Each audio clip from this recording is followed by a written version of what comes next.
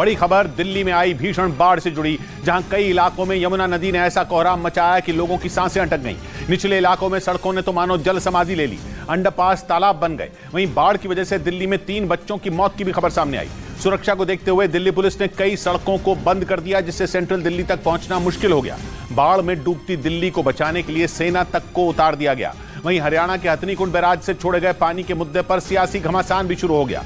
आम आदमी पार्टी ने बीजेपी पर जानबूझकर दिल्ली को डुबोने का आरोप लगा दिया, लेकिन बीजेपी और आम आदमी पार्टी की सियासी कुश्ती के बीच दिल्ली में यमुना नदी के कोहराम की सबसे खौफनाक तस्वीरें लाल किले के इलाके से सामने आईं।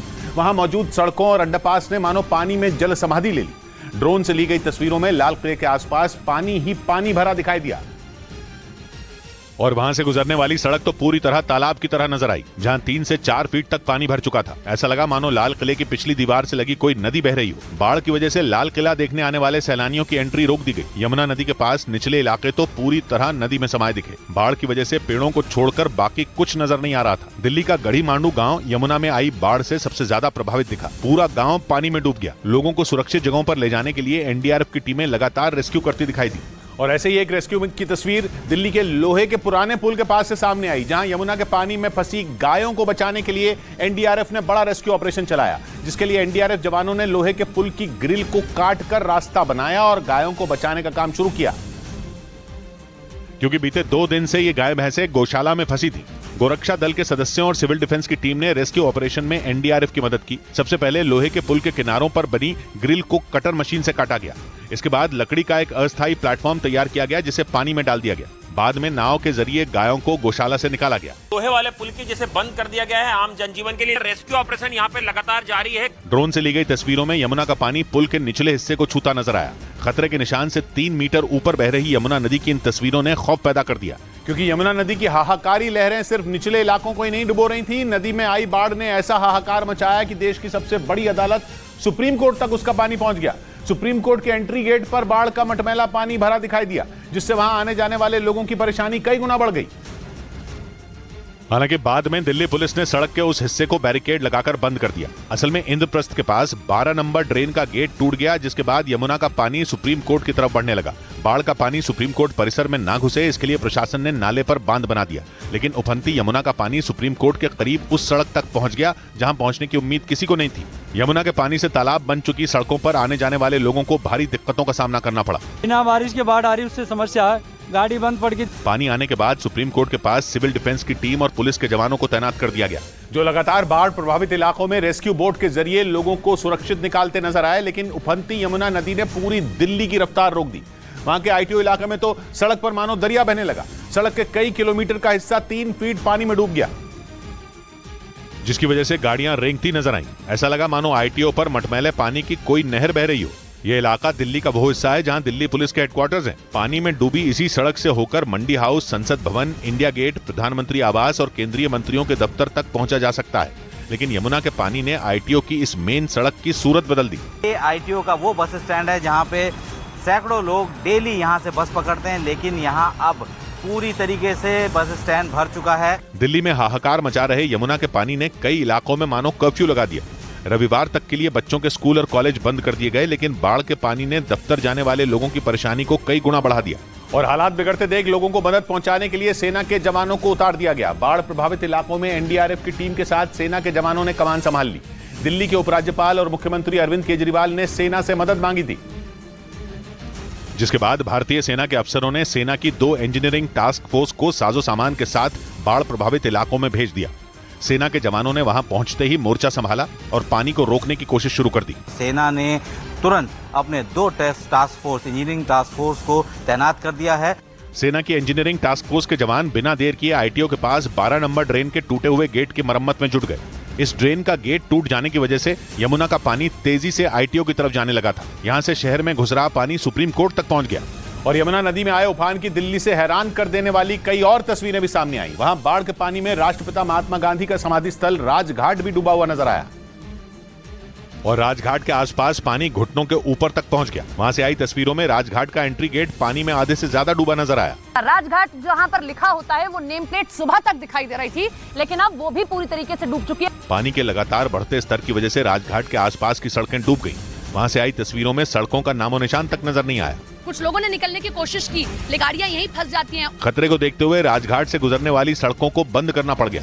वहीं यमुना नदी में आई बाढ़ का पानी दिल्ली में शांतिवन के आसपास भी भर गया। शांतिवन देश के पहले प्रधानमंत्री पंडित जवाहरलाल नेहरू का समाधि स्थल है और यमुना से निकले सैलाब ने उसे भी अपनी जद में ले लिया और बाढ़ का पानी वहां हर तरफ फैल गया। शांतिवन के सामने से गुजरने वाली सड़क पानी में पूरी तरह डूबी नजर आई, जिसकी वजह से उस रास्ते पर आने जाने वाले लोगों की मुसीबतें बढ़ गईं। हालांकि इसके बावजूद वहां बसें और गाड़ियां चलती दिखाई दी।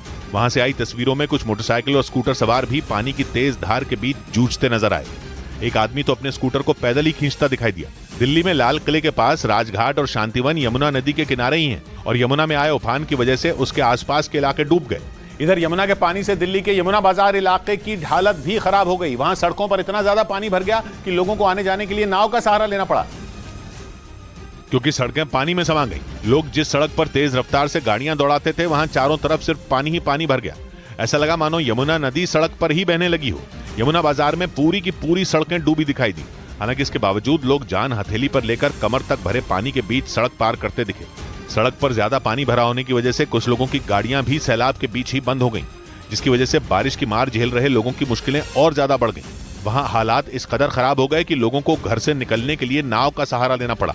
ड्रोन से सामने आई एक तस्वीर में पूरा इलाका पानी में डूबा दिखाई दिया और यमुना में आई भयावह बाढ़ की वजह से दिल्ली के कई इलाकों में पानी भर गया, जिससे कई सड़कें और ओवरब्रिज बंद करने पड़े। यमुना के पानी ने दिल्ली की ट्रैफिक व्यवस्था को बिगाड़ कर रख दिया, जिसके बाद दिल्ली पुलिस ने ट्रैफिक रूट में कई बदलाव किए, क्योंकि जिन सड़कों पर कभी गाड़ियां फर्राटा भरती थीं वहां नाव चलती दिखी। दिल्ली के कई इलाकों में सड़कों पर कहीं कमर तक तो कहीं गले तक पानी भर गया, जिसके बाद उन रास्तों को बंद कर दिया गया। सेंट्रल दिल्ली के अंदर जिन जिन लोगों को जाना है अब सोच समझ कर ही जाएं, क्योंकि ज्यादातर जो रास्ते हैं वो यहाँ पर बंद किए जा चुके हैं।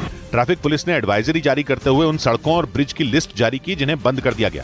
दिल्ली पुलिस ने signature bridge, Wazirabad bridge, Kashmiri gate main road, लोहे का पुराना पुल, गीता कॉलोनी की तरफ जाने वाला रास्ता और विकास मार्ग को बंद कर दिया।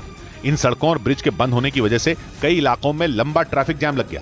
वहीं बाढ़ में फंसी दिल्ली में एक बार फिर केजरीवाल सरकार और उपराज्यपाल के बीच तनातनी दिखी। हथनीकुंड बैराज से छोड़े पानी ने दिल्ली की हालत खराब कर दी, क्योंकि 1978 के बाद दिल्ली में पहली बार ऐसी बाढ़ आई कि हाहाकार मच गया।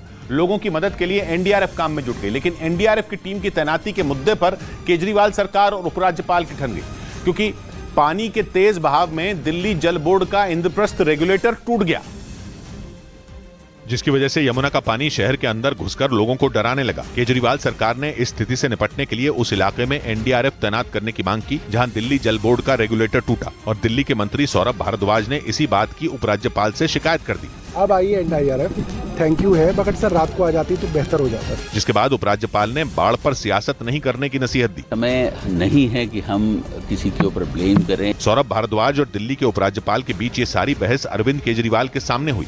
इस बीच आम आदमी पार्टी ने बीजेपी पर जानबूझकर दिल्ली को डुबोने का आरोप मढ़ दिया। आम आदमी पार्टी ने आरोप लगाया कि हरियाणा की बीजेपी सरकार साजिश के तहत यमुना नगर में मौजूद हथनीकुंड बैराज से लगातार दिल्ली की तरफ पानी छोड़ रही है, ताकि पूरी दिल्ली यमुना के पानी में समा जाए। आम आदमी पार्टी का आरोप है कि दिल्ली चुनाव में हार का बदला लेने के लिए बीजेपी ने यह खतरनाक साजिश रची है। बाकायदा आम आदमी पार्टी के एक कार्यकर्ता ने हथनीकुंड बैराज से एक वीडियो भी जारी किया, जिसमें उन्होंने ये आरोप लगाया कि जानबूझकर दिल्ली की तरफ यमुना में पानी छोड़ा जा रहा है, जबकि बैराज से यूपी में भी पानी भेजा जा सकता है। ये जो पानी है ये यूपी की साइड कानपुर साइड एक नहर जाती है, तो उसमें ये डाइवर्ट किया जा सकता है। आम आदमी पार्टी के इस कार्यकर्ता का आरोप है कि बीजेपी दिल्ली के लोगों को बाढ़ में डुबोकर अपनी हार का बदला लेने पर तुली है और इसी वजह से हथनीकुंड बैराज से लगातार पानी छोड़ा जा रहा है। और आम आदमी पार्टी के आरोपों पर हरियाणा सरकार ने सफाई दी। हरियाणा के मुख्यमंत्री मनोहर लाल खट्टर ने बताया कि बेहिसाब बारिश के बाद हथनीकुंड बैराज से दिल्ली की तरफ यमुना नदी में पानी छोड़ना उनकी मजबूरी बन गई,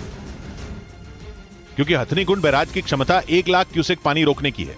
हरियाणा के मुख्यमंत्री मनोहर लाल खट्टर ने बताया कि इससे ज्यादा पानी आने पर उसे बैराज से छोड़ना ही पड़ता है, नहीं तो उसके टूटने का खतरा मंडराने लगता है। प्राकृतिक आपदा है, इसमें राजनीति नहीं करनी चाहिए, ऐसा मेरा कहना है। मनोहर लाल खट्टर के मुताबिक दिल्ली में बाढ़ के पीछे हथनीकुंड बैराज से छोड़े गए पानी को जिम्मेदार ठहराया जाता है, लेकिन ऐसा नहीं है।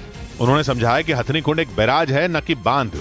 बांध पर नदी के पानी को रोका जाता है, जबकि बैराज से पानी को अलग अलग इलाकों में भेजा जाता है, जिसके लिए वहां बड़े बड़े गेट लगे होते हैं और उन्हें जरूरत के मुताबिक खोला या बंद किया जा सकता है। यही वजह है कि हरियाणा के यमुनानगर जिले में मौजूद हथनीकुंड बैराज पर पहुंचने के बाद यमुना का पानी 3 हिस्सों में बढ़ जाता है। ये बैराज 1996 में बनकर तैयार हुआ था और इसकी क्षमता 1 लाख क्यूसेक पानी रोकने की है। इससे ज्यादा पानी होने की स्थिति में बैराज से पानी को अलग अलग इलाकों में भेजा जाता है और इस पानी का इस्तेमाल सिंचाई के लिए करने के मकसद से ही हथनीकुंड में बैराज बनाया गया। उत्तराखंड के यमुनोत्री से निकलने के बाद यमुना नदी हिमाचल प्रदेश की पहाड़ियों से होते हुए हरियाणा के यमुनानगर जिले में बने हथनीकुंड बैराज पहुंचती है। बैराज से पश्चिमी यमुना नहर और पूर्वी यमुना नहर निकलती है। पश्चिमी यमुना नहर हरियाणा के यमुनानगर, करनाल और पानीपत जिलों की सिंचाई करती है, जबकि पूर्वी यमुना नहर से यूपी के सहारनपुर, शामली, मेरठ, मुजफ्फरनगर और बागपत जिलों में पानी पहुंचता है। इन दोनों नहरों में पानी तभी छोड़ा जाता है जब उन जिलों में पानी की मांग होती है। मतलब साफ है कि जब हरियाणा के यमुनानगर, करनाल और पानीपत पहले से बाढ़ की मार झेल रहे हैं तो उन जिलों में पानी नहीं छोड़ा जा सकता था।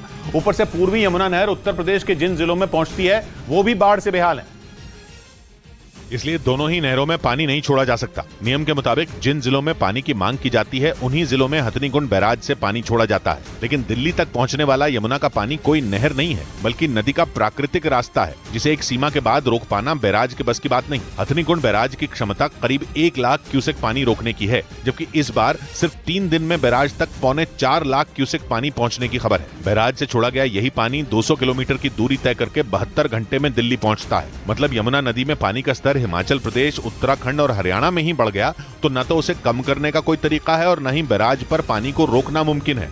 उधर हरियाणा के भी 13 जिले बाढ़ से बेहाल हो गए। बाढ़ की वजह से बीते 24 घंटे में वहां से 4 लोगों की मौत की खबर आई, जिसके बाद बाढ़ की चपेट में आने से वहां मरने वालों का आंकड़ा बढ़कर 20 हो गया।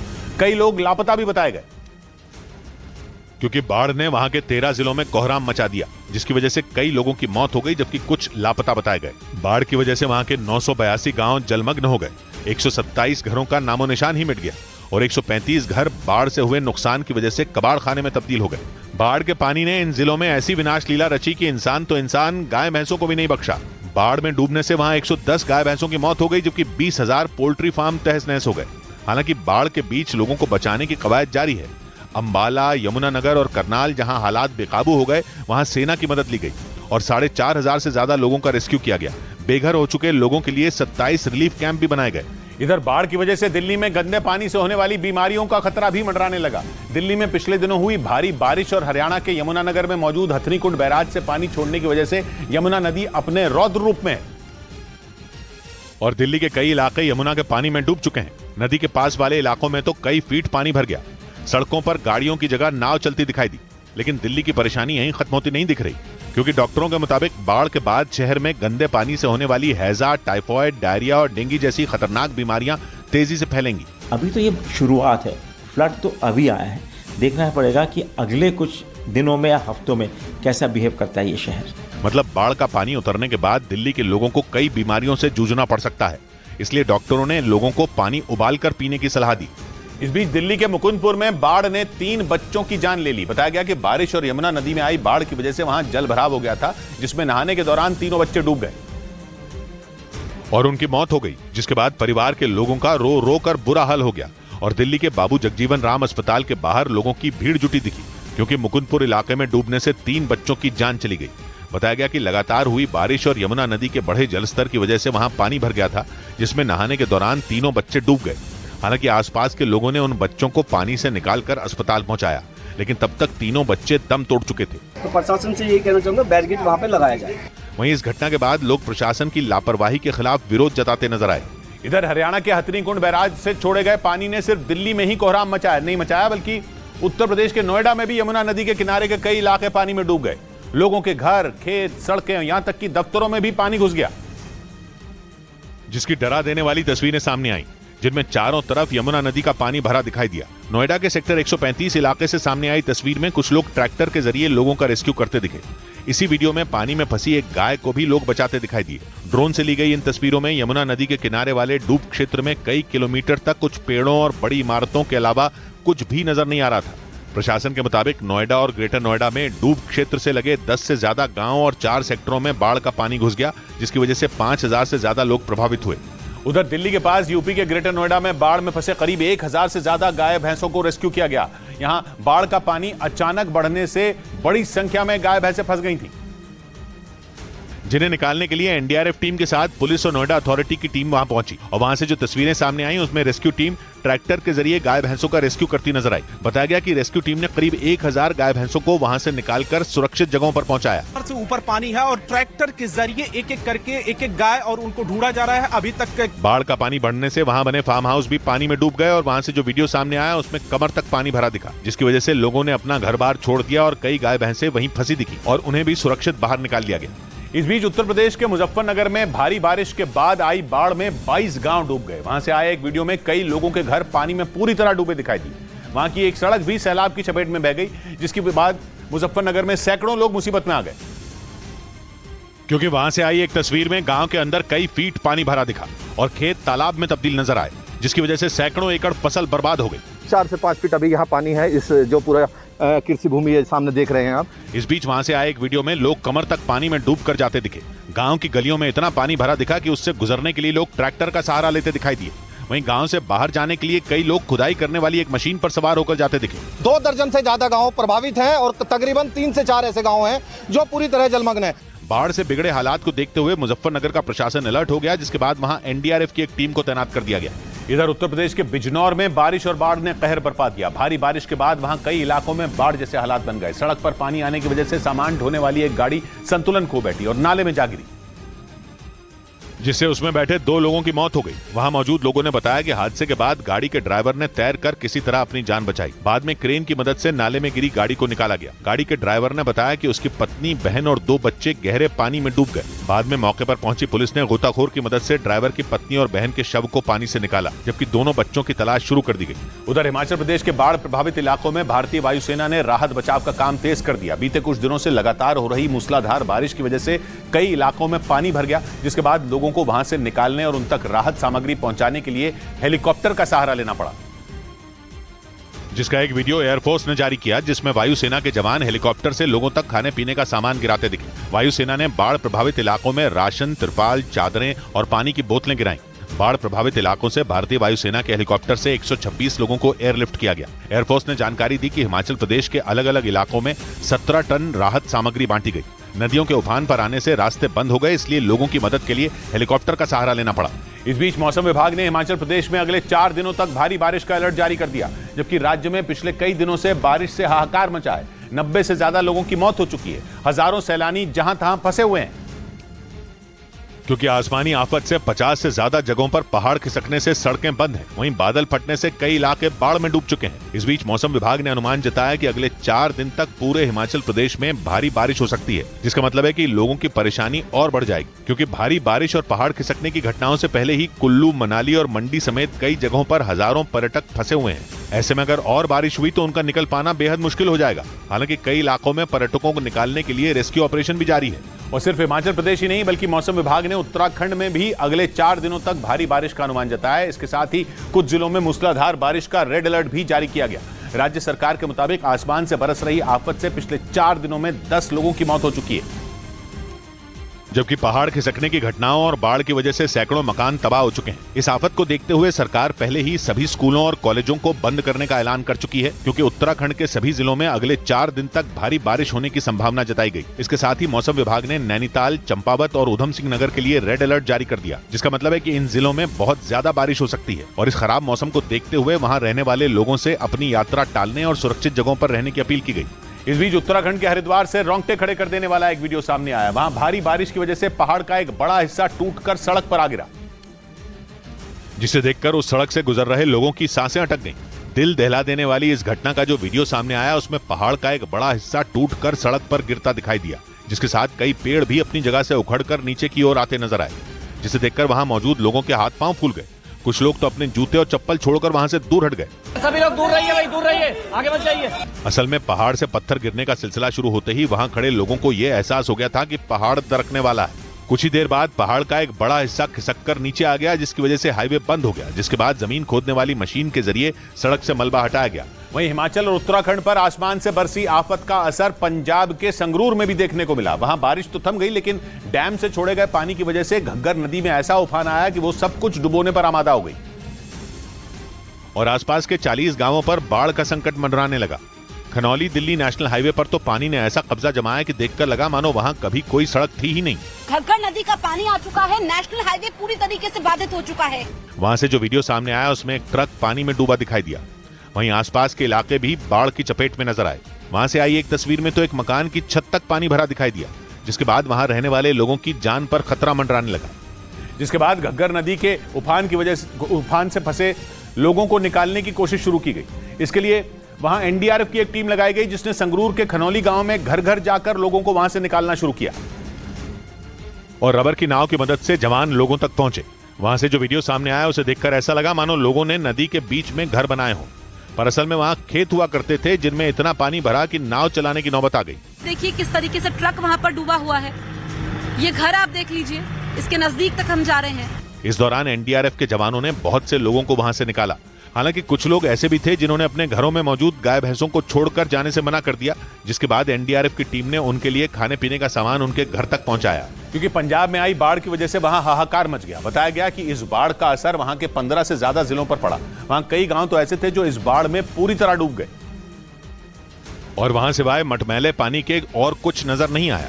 जानकारी के मुताबिक इस बाढ़ की वजह से राज्य के जालंधर, कपूरथला, लुधियाना, फरीदकोट, तरनतारन, मोगा, संगरूर और पटियाला में सबसे ज्यादा नुकसान हुआ। बताया गया कि बाढ़ की वजह से 17 लोग अपनी जान गंवा चुके हैं। वहीं पंजाब के अलग अलग जिलों से एनडीआरएफ और एसडीआरएफ की टीमों ने करीब 20,000 लोगों का रेस्क्यू किया। क्योंकि बाढ़ की वजह से वहां गांव के गांव पानी में डूब गए, जिसके बाद उनका संपर्क शहरों से कट गया। उधर पंजाब के अलावा असम के कई जिलों में भी बाढ़ के बाद हालात बेकाबू हो गए, क्योंकि लगातार हो रही बारिश के बाद वहां ब्रह्मपुत्र नदी खतरे के निशान से ऊपर बहने लगी, जिसकी वजह से आई बाढ़ ने वहां के कई जिलों को पानी पानी कर दिया और हर तरफ बाढ़ का पानी तांडव मचाता दिखा। वहां की ब्रह्मपुत्र नदी में ऐसा बवंडर उठा जिसमें वहां के कई जिले बाढ़ की भेंट चढ़ गए और सबसे ज्यादा तबाही वहां के चिरांग और बंगाईगांव जिलों में हुई, क्योंकि उफनती नदी ने ऐसा खौफनाक रुख अख्तियार किया कि जो भी सामने आया वो या तो डूब गया या बह गया। पानी ने वहां लगी लकड़ी की बाढ़ भी उखाड़ फेंकी। बड़े बड़े पेड़ आधे तने तक डूबे दिखे। निचले इलाकों में लोगों के आशियाने उजड़ गए, सैकड़ों बेघर हो गए और कई लोगों की जान पर बनाई, जिसके बाद कोई पैदल तो कोई नाव के सहारे बाढ़ के पानी को चीरकर सुरक्षित जगह की तलाश में निकल पड़ा। एक तस्वीर तो ऐसी भी आई जहां एक पिता अपने बच्चे को कंधे पर बैठाकर घुटने तक भरे पानी को पार करता दिखा। उधर मध्य प्रदेश के शाजापुर में उफनती लहरों का रौद्र रूप दिखा और उन्हें पार करने की जिद या कहें कि मजबूरी में कुछ लोगों की जान जोखिम में पड़ गई, क्योंकि भारी बारिश के बाद वहां के नदी नालों में पानी काफी बढ़ गया और ऐसे में वहां से डराने वाली कई तस्वीरें सामने आई, जिनमें हदों को तोड़कर बेखौफ बहता पानी दिखा तो उसकी बिजली सी रफ्तार लोगों के कदमों को रोकती दिखी। कई लोग एक दूसरे का हाथ थामे पानी को मात देने की कोशिश करते दिखाई दिए, जिसमें खतरा इतना ज्यादा था कि एक हाथ छूटा और पानी का तेज बहाव उन्हें निगल लेता। और वहां से एक तस्वीर ऐसी भी आई जिसमें मोटरसाइकिल पर सवार एक परिवार पानी को चीर कर आगे बढ़ता दिखाई दिया। वो सफर भी खतरे से भरा था, क्योंकि उनकी मोटरसाइकिल पानी में आधी से ज्यादा डूबी थी। लेकिन ऐसे न जाने कितने ही लोग बाढ़ के बीच अपनी और अपनों की हिफाजत के लिए जोखिम भरा सफर करने को मजबूर हो गए, क्योंकि वहां बहता नदियों का पानी अपने तटों को छोड़कर रिहायशी इलाकों में कुछ यूं घुसाया कि मानो वो बर्बादी की दास्तान लिखने की ठान चुका हो। और इसी बीच मध्य प्रदेश के 8 जिलों में आसमानी आफत की चेतावनी जारी कर दी गई, क्योंकि वहां कई दिनों से भारी बारिश का दौर जारी है, जिसकी वजह से मौसम विभाग ने कई इलाकों में ऑरेंज अलर्ट जारी कर दिया, क्योंकि वहां के कई जिलों में बारिश और बाढ़ ने उत्पात मचा दिया। भारी बारिश की वजह से कई इलाकों में बाढ़ जैसे हालात हो गए। सड़कों पर नदी बहने लगी, लोगों के घर, दुकान, दफ्तर, स्कूल और कॉलेजों में पानी भर गया। और इसी बीच मौसम विभाग ने चेतावनी जारी करते हुए वहां के 8 जिलों में भारी बारिश की आशंका जताई, जिनमें इंदौर, उज्जैन, सीहोर, बैतूल, हरदा, शाजापुर, अशोकनगर और नर्मदापुरम जिले शामिल हैं और इनके लिए अगले 24 घंटे भारी बताए गए। मौसम विभाग के मुताबिक इन सभी जिलों में तेज बारिश होगी। उधर देश की आर्थिक राजधानी मुंबई में भारी बारिश के बाद कई इलाकों में पानी भर गया। वहां के अंधेरी सबवे को पानी भर जाने की वजह से बंद करना पड़ गया, जिससे वहां से आने जाने वाले लोगों की मुसीबत बढ़ गई, क्योंकि वहां से गाड़ियों के आने जाने पर रोक लगा दी गई। कई इलाकों में सड़कों पर पानी भरने से गाड़ियों की रफ्तार धीमी पड़ गई। लेकिन मुंबई की मुसीबत यहीं खत्म होती नहीं दिख रही, क्योंकि मौसम विभाग ने आने वाले दिनों में भी भारी बारिश की आशंका जताई है। हालांकि पहले से हो रही बारिश ने मुंबई के कई इलाकों में सड़कों को डुबो दिया। भारी बारिश के बाद शहर के कई हिस्सों में पानी भर गया। निचले इलाकों में तो बाढ़ जैसे हालात बन गए और इस बाढ़ ने सिर्फ भारत ही नहीं बल्कि चीन की भी हालत खराब कर दी। भीषण बाढ़ की वजह से उत्तर पश्चिमी चीन के कई प्रांत बेहाल हो गए, जिसकी वजह से वहां के कई शहर पानी में डूब गए। हालात इस कदर बेकाबू हो गए कि वहां की कई सड़कें पानी में डूब गई, जिसकी वजह से उन सड़कों को बंद करना पड़ा। वहां के शांशी शहर से जो तस्वीरें आई उनमें रेस्क्यू टीम एक बच्चे को गाड़ी से निकालती दिखी, जो जलभराव की वजह से सड़क पर फंस गई थी। वहीं एक दूसरी तस्वीर में वहां कमर से ऊपर तक पानी भरा नजर आया और उसके बीच वहां की रेस्क्यू टीम बच्चों को गोद में लेकर वहां से ले जाती नजर आई। इसके अलावा एक बुजुर्ग आदमी को हाथ पकड़कर जलभराव के बीच से निकालने की तस्वीर भी सामने आई। बताया गया कि लगातार बारिश की वजह से वहां की कई सड़कें जलमग्न हो गईं, जिसके बाद पानी निकालने का काम शुरू किया गया, लेकिन लगातार बारिश होने की वजह से सड़कों से पानी निकालना मुश्किल हो गया।